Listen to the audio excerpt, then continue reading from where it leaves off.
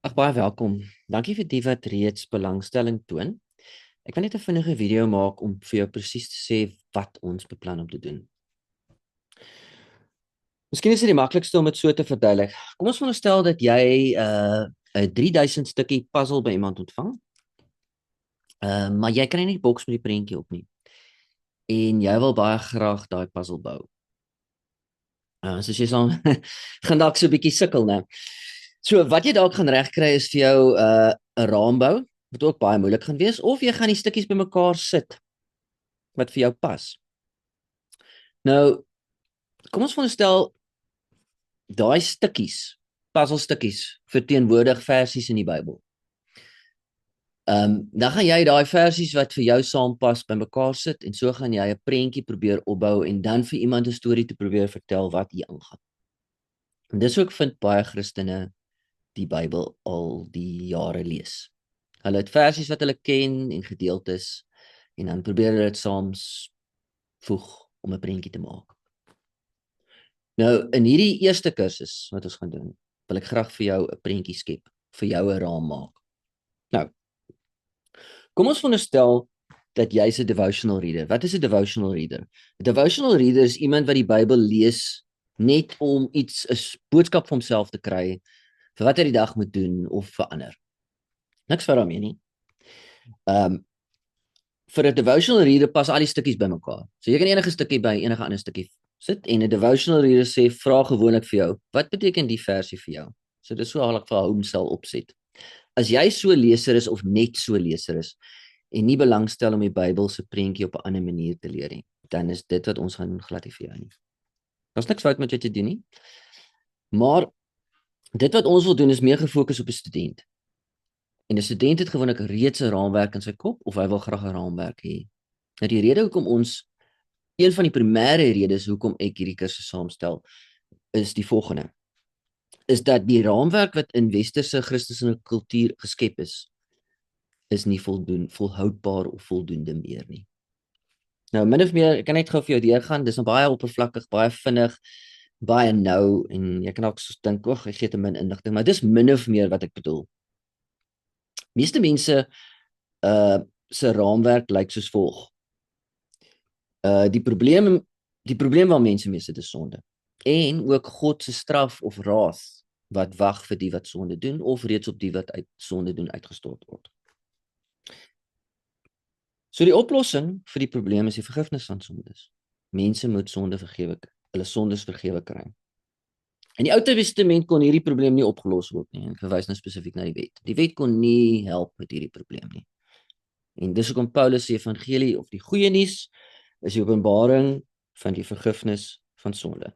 So half 'n gereformeerde idee oor hoe die storielyn van die Bybel werk of die raamwerk waarin Paulus opereer. Probleem met dit is dis net nie waar nie. Dis net nie die regte raamwerk nie. En ek wil jou graag wys hoe die afgelope klompie jare is actually nie baie onlangs nie, dis die afgelope 20 jaar. Dit bewys is dat daai raamwerk nie volhoubaar is nie en nie gebruik kan word as 'n vertrekpunt om Paulus te lees nie. Nou dit klink nou super onregverdig om dit net so te sê sonder verduideliking.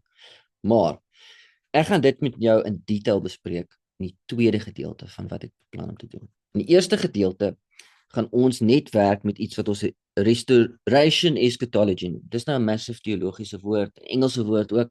Wat dit eintlik beteken is dat ek gaan nou vir jou verduidelik wat dit beteken. Kom ons sê net eers. Dit is die eerste deel wat ek wil doen en ek dink dit is like 4 kere. 4 weke, 4 kere, 4 ontmoetings. Okay. Ons skep 'n raamwerk waarin die storie van die Bybel die vertrekpunt van Paulus se evangelie is. Klink net so onregverdig om dit te sê. Ek almal sê hulle wil dit doen. Maar anyway, die storie van die Bybel, want die Ou Testament is nie 'n sistematiese teologie nie. Dis 'n klomp boeke wat uit stories bestaan. En daai stories is die vertrekpunt. Dan in die gesprekke met Phoebe, ek sal vir jou later verduidelik hoekom ek daai term gebruik. Kyk as nou hoe die tradisionele manier wat ek nou net genoem het om Paulus te verstaan kortskiet. Ek gaan vir jou wys hoe dit kortskiet. En dan lees ons weer Paulus met 'n nuwe perspektief op Judaïsme. Okay. So wat gebeur het? Ja, kom ons verduidelik nie wat gebeur het. En 'n laaste gedeelte wat ek nog glad eers voorberei het, wil ek praat oor hoe gaan ons hoe kan ons nou met nuwe oë kyk na die lewe, dood en opstanding van Jesus Christus in die lig van alles wat ons geleer het. Dan 'n belangrike ding, ek net gou hierso. Wat beteken dit? Want jy gaan nou besluit met neem of jy actually hierdie ding wil bywoon. Okay, restaurasie eskatologie.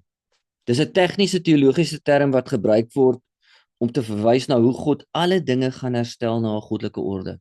Reg in die begin is die orde bymekaar gemaak. Die storie van die Bybel is die storie van Israel, sy geboorte, sy verval en die belofte van restaurasie. En dis die raamwerk wat ek gaan vir jou openbaar of wys. En dis die raamwerk wat Paulus gebruik en al die mense van sy tyd om die Ou Testament te verstaan en te interpreteer. Dan net gou 'n laaste ding, niks van hierdie goed is ek nie. Dis nie goeders wat ek ontdek het of omdat ek slim is of een of ander kwalifikasie het nie. Ek het maar net gegaan na wat tans in die afgelope paar jare die goeders wat gelees word in bekende instituie. En die goeders wat as jy 'n podcaster is of luister na 'n podcast, sal jy hierdie goed herken, want dis die goed wat gons.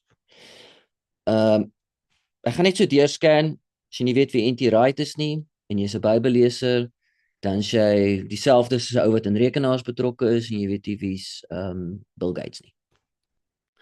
Okay, die boek awesome as jy ja, ek gaan net eers noem nie. Ek sal verwys daarna in ons goed. Ek scan net deur net 'n paar voorbeelde van goed wat uiters belangrik is in die konteks wat ons gaan doen. And that's it. Ek hoop om jou daar te sien. En die eerste gedeelte is net 4 kere, so as jy huiwer, vir die ander goed eers te doen nie, jy kan maar net kyk waar dit gaan. Hoop om jou te sien. Bye.